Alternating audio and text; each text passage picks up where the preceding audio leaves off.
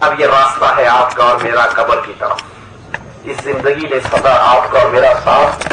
ایک اور مثال سے سمجھ لو, کائنات میں, دنیا جہان میں اللہ کے بعد ساری مخلوقات میں سب سے پیارے کون ہیں؟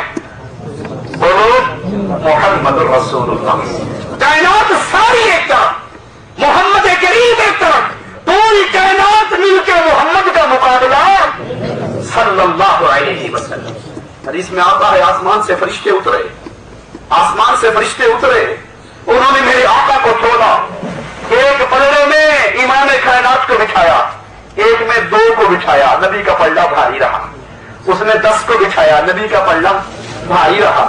تولنے والا فرشتہ آنے والا آسمان سے, اس نے 100 کو بٹھایا. نبی فرماتے پلڑا اتنا اونچا ہو گیا کہ مجھے لگا میرے اوپر ہی نہ گر جائے, اتنا بھاری. میرا نبی 100 کے مقابلے میں نبی کا پلڑا بھاری. اس کا ساتھی فرشتہ کہتا ہے کس کو تولتے ہو, کس کو تولتے ہو؟ امام کائنات کو. اور مقابلہ 100 سے کرتے ہو, 1000 سے. اگر ایک پلڑے میں ساری کائنات کو بٹھا دو اور ایک پلڑے میں امام کائنات کو بٹھا دو, محمد کا پلڑا بھاری رہے گا صلی اللہ علیہ وسلم. بتاؤ مدینے میں میرے نبی کی قبر بنی یا نہ بنی؟ اب جب نبی کی قبر بنی, اور مائی کا کون سا لاب ہے جس نے کیمیکل لگا رکھا ہے وہ مرے گا ہی نہیں, مرنا ہے, اس جہان کو چھوڑنا ہے. اللہ کہہ رہے انسان خسارے میں ہے, انسان گھاٹے میں ہے, انسان بربادی میں ہے. الا الذین آمنوا. اب اس خسارے سے نکلنے والے کون ہیں, ذرا ان کا تذکرہ بھی سن لیں. الا الذین آمنوا, خسارے سے وہ بچے گا جو اللہ پر ایمان لے آیا. خسارے سے کون بچے گا؟ جو اللہ عز و جل پر ایمان لے آیا. کیا خیال ہے یہودی اللہ پر ایمان نہیں لاتے؟ لاتے ہیں نا. یہودی اپنے آپ کو کہتے ہیں نا کہ ہم احباء ہو, ہم تو اللہ کے بڑے پیارے ہیں.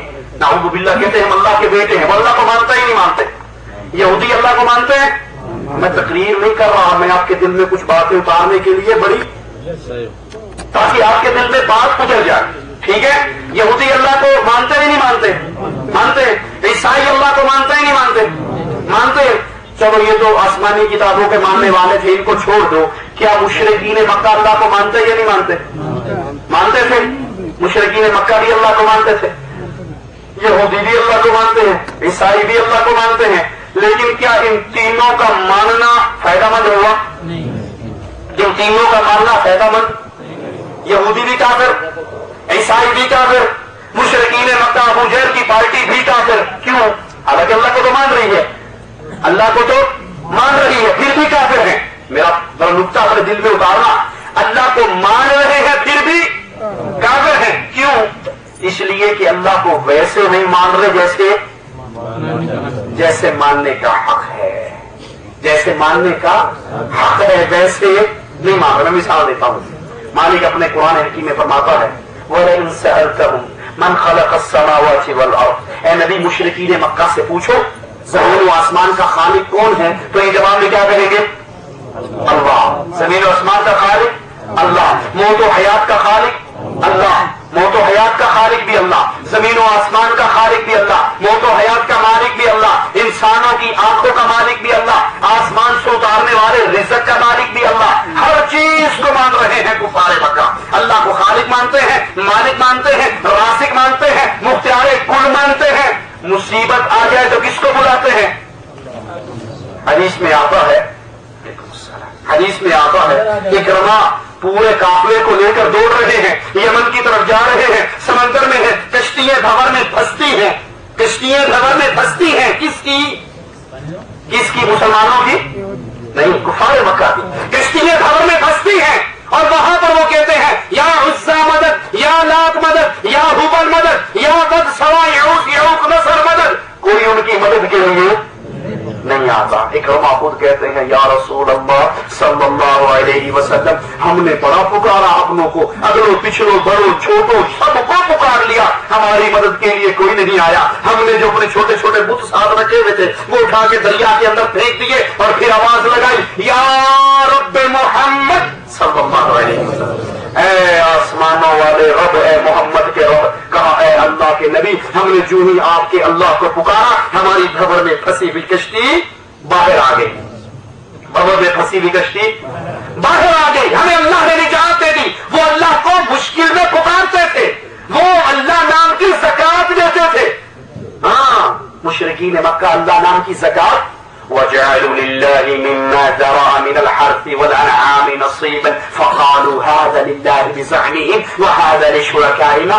جانور آتے، کھجوریں آتی، مال آتا، کہتے یہ اللہ نام کا، یہ بابا جی کے نام کا، ہمارے بتوں کے نام کا، ہمارے پیروں کے نام کا۔ وہ اللہ کے دیے ہوئے مال میں سے زکات نکالتے تھے، زکات بھی نکالتے تھے، روزہ بھی رکھتے تھے۔ صحیح بخاری میں حضرت عائشہ سے روایت ہے کہ کفار مکہ عاشورہ کا روزہ رکھتے تھے، اور اسلام سے پہلے بھی روزہ بھی رکھا جا رہا ہے، زکات بھی دی جا رہی ہے، اللہ کو خالق مالک رازق بھی کہا جا رہا ہے، اللہ کو مصیبت میں پکارا بھی جا رہا ہے، اللہ کے نام سے بسم اللہ سے اپنے تحریر کا آغاز بھی ہو رہا ہے، بیٹوں کا نام عبداللہ عبد الرحمان بھی رکھا جا رہا ہے، لیکن پھر بھی کیا تھے؟ کافر تھے یا نہیں تھے؟ کیوں؟ یہ سارا ان کا ایمان کیوں فیل ہو گیا؟ اس لیے کہ وہ اللہ پر ایمان تو لاتے تھے، ویسے نہیں لاتے تھے جیسے اللہ کو مطلوب ہے، ویسے نہیں لاتے تھے جیسے اللہ کی ڈیمانڈ ہے، جیسے اللہ چاہتا ہے۔ آئیے ذرا دیکھیں کہ وہ جو خسارے سے بچنے والے ہیں، اِلَّا الَّذِينَ آمَنُوا، جو اللہ پر ایمان لے آئے، وہ ایمان لانے والے کون ہیں؟ وہ کیسا ایمان اللہ کو مطلوب ہے؟ سب سے پہلے اللہ کی ذات پر ایمان لائے گئے۔ اللہ کتنے ہیں؟ دو تو نہیں، تین تو نہیں، چار تو نہیں، پانچ تو نہیں، اللہ کتنے ہیں؟ اللہ عز و جل ایک ہے۔ عربی میں اللہ کو رب کہا جاتا ہے، پالنے والا۔ اللہ پالنے والا ایک ہے، وہ ہمارا خالق مالک رازق ہے۔ اس کا کوئی بیٹا ہے؟ یہ قرآن کی ہے جو میں نے آپ کے سامنے پڑھی، وَلَمْ يَتَّخِذْ وَلَدًا، اللہ نے کسی کو اپنا بیٹا نہیں بنایا۔ یہودیوں نے کیا کہا تھا؟ عزیر ابن اللہ، عزیر بیٹا ہے اللہ کا، کافر ہو گئے، ان کا ایمان کینسر ہو گیا، ان کا ایمان ختم ہو گیا۔ عیسائیوں نے کہا عیسی ابن اللہ، عیسیٰ بیٹا ہے اللہ کا، عیسائیوں کا ایمان بھی ختم ہو گیا۔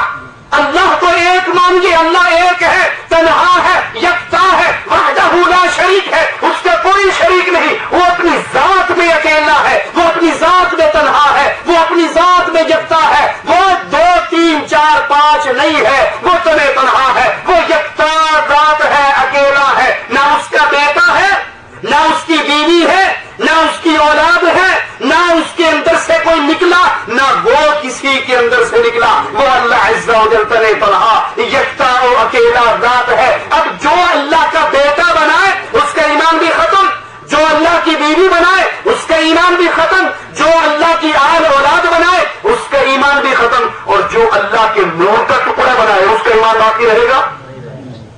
اللہ اپنے نور میں اکیلا، اللہ اپنی ذات میں اکیلا، وَلَمْ يَتَّخِذْ وَلَدًا، اللہ نے کسی کو بیٹا نہیں پکڑا، اللہ کا کوئی حصہ نہیں ہے، اللہ میں سے کوئی نکلا نہیں ہے، اللہ کے وجود کا کوئی ٹکڑا نہیں ہے، وہ تنہا ہے، یکتا ہے، الہ ہے، پاک ہے حصے داروں سے، رشتے داروں سے، پاک ہے اولاد سے، بیٹوں سے، بیٹیوں سے۔ جس طرح مشرکین مکہ نے کہا یہ فرشتے اللہ کی بیٹی ہے، اللہ بیٹیوں سے بھی پاک ہے، اللہ بیٹوں سے بھی پاک ہے، اللہ اولاد سے بھی پاک ہے، اللہ ان تمام کمزوریوں سے پاک ہے، وحدہ لا شریک لہ، اس کا کوئی شریک نہیں اس کی ذات میں۔ اللہ کی ذات پر ایمان لائیے کہ اللہ اپنی ذات میں اکیلا، اپنی ذات میں تنہا، اپنی ذات میں یکتا، کوئی اس جیسا نہیں، کوئی اس جیسا نہیں، کوئی اس کے نور کا ٹکڑا نہیں، کوئی اس کے نور کا حصہ نہیں، کوئی اس میں سے نہیں نکلا، وہ کسی میں سے نہیں نکلا، اللہ اپنی ذات میں اکیلا ہے۔ اسی طرح اللہ عز و جل اپنی عبادت میں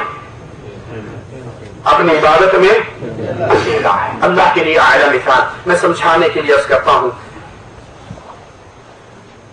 انسان اپنی عزت میں کسی کی شراکت برداشت، اللہ کے لیے اعلیٰ مثال سمجھانے کے لیے اثر، انسان اپنی عزت میں شراکت برداشت، اللہ اپنی عبادت میں شراکت برداشت۔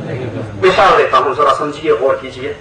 آپ ایک گھر میں شادی کرنا چاہتے ہیں، میں پہلی دی گل کر رہا، دوسری دی نہیں، ٹھیک ہے نا، دوسری والے منہ نہ چکا۔ آپ کہیں شادی کرنا چاہتے ہیں، جہاں آپ نے رشتہ دیکھا، آپ کو پسند آ گئی، بہت خوبصورت لڑکی ہے، حسین و جمیل ہے، پڑھی لکھی ہے، بہت اچھی ہے، وہ آپ کو پیغام بھیجتی ہے کہ جناب میں آپ کے ساتھ شادی کے لیے بالکل تیار